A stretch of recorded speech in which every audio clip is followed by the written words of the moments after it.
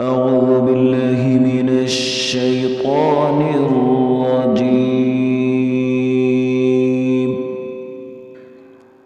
بسم الله الرحمن الرحيم.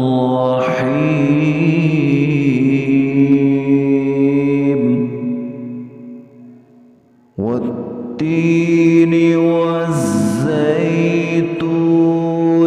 وطور سينين وهذا البلد الأمين.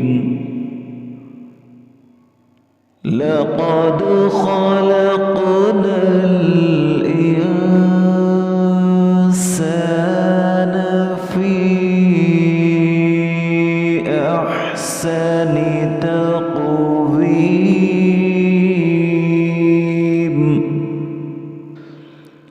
ثم رددناه أسفل سافلين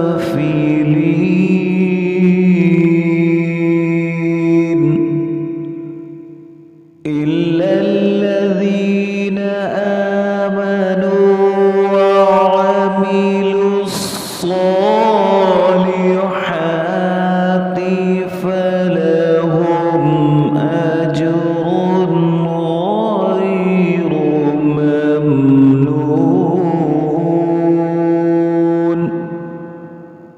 فما يكذبك بعد بالدين أليس الله بأحكم الحاكمين.